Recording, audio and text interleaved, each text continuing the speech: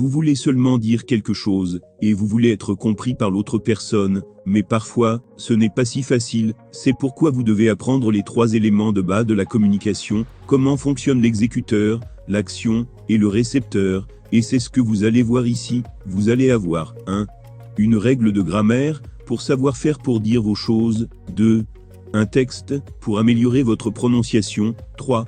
Un exercice, pour consolider vos connaissances. Vous apprendrez à parler, et à écouter l'anglais et le français. Vous aurez des vidéos gratuites en anglais et en français, et comment vous installer notamment au Canada. C'est pourquoi il est très important de cliquer sur l'icône cloche, pour recevoir les dernières vidéos. Voulez-vous vous débarrasser de vos problèmes de langue? Ici, vous améliorez vos 4 compétences, écoute, lecture, écriture et expression orale, pour obtenir un score plus élevé aux tests internationaux, afin d'améliorer vos capacités de carrière, et d'immigrer au Canada, ou dans tout autre pays anglophone ou francophone. Portez une attention particulière à cette vidéo pour savoir comment, en échange, vous nous aidez en cliquant sur l'icône en forme de cloche, et sur le bouton s'abonner, et sur le bouton j'aime, pour diffuser le nom de Canada Smart Main. Maintenant, c'est parti. 1. Règle de grammaire.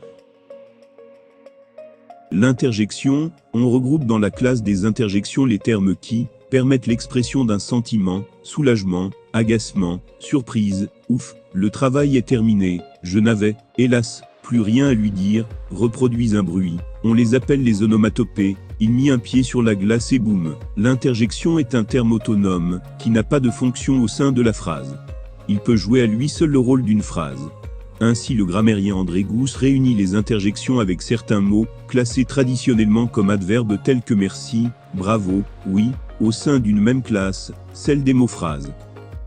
Maintenant, voici la règle de grammaire que vous pouvez utiliser pendant que vous parlez. N'oubliez pas que vous devez avoir les règles de grammaire, la prononciation et le vocabulaire, pour soutenir votre conversation. J'aimerais pouvoir dire quelques mots gentils et vous calmer, mais voici le problème, vous devez approfondir votre pratique, pour développer vos compétences.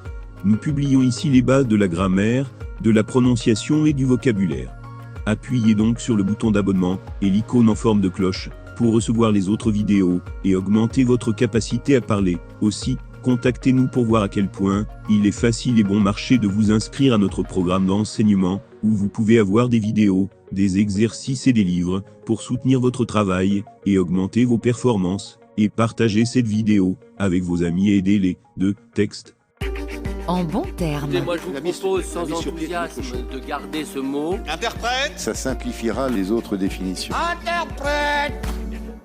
Bonjour Pierrette. Bonjour Pascal. Quelques beaux mots aujourd'hui? Mais oui, spécialement pour Carimouche, j'ai préparé, comme elle les aime, des mots cousus sur mesure. Oh, ça c'est gentil. Cette semaine, vous avez passé une nuit blanche, 7 minutes de terreur, lorsque le robot Persévérance s'est posé dans le cratère G0 sur Mars.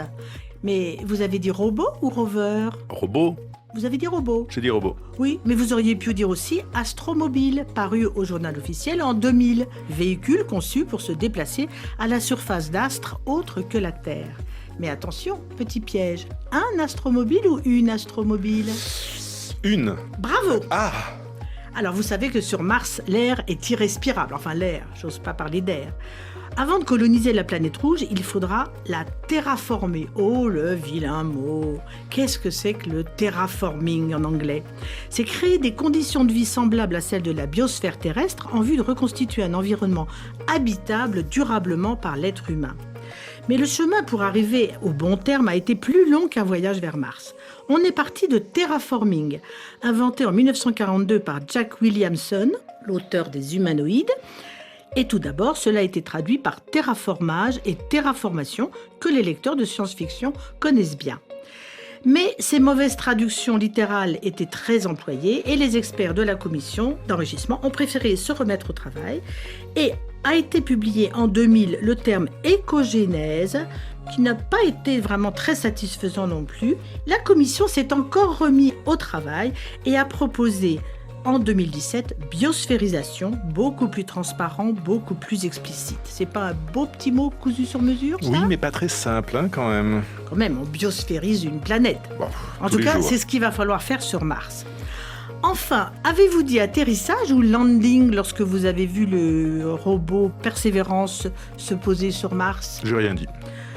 Allunir, par exemple, le mot était apparu en 1920 et même certains avaient essayé de dire alluner et allunage ou encore aplanéter et aplanétissage. Tous ces mots n'ont pas beaucoup pris et n'ont pas plu non plus aux académies des sciences et académies françaises qui, pendant un temps, se sont refusées à les entendre. Cependant, les Français, peut-être confortés dans cet usage par les aventures de Tintin, on a marché sur la Lune datant de 1959, 15 ans avant qu'Armstrong fasse un petit pas pour l'homme et un grand pas pour l'humanité sur la Lune.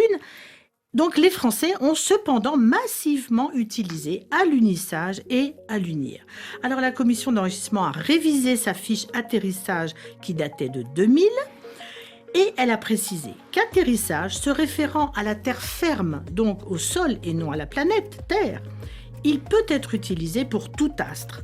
Et en ajoutant, on trouve aussi les termes allunissage dans le cas de la Lune et amarcissage dans le cas de Mars. En un mot, elle sonnait la fin des hostilités. Les locuteurs l'ont emporté. Donc on va bientôt pouvoir parler de ajupitérissage, par exemple. Bravo, exactement. Merci Pierrette.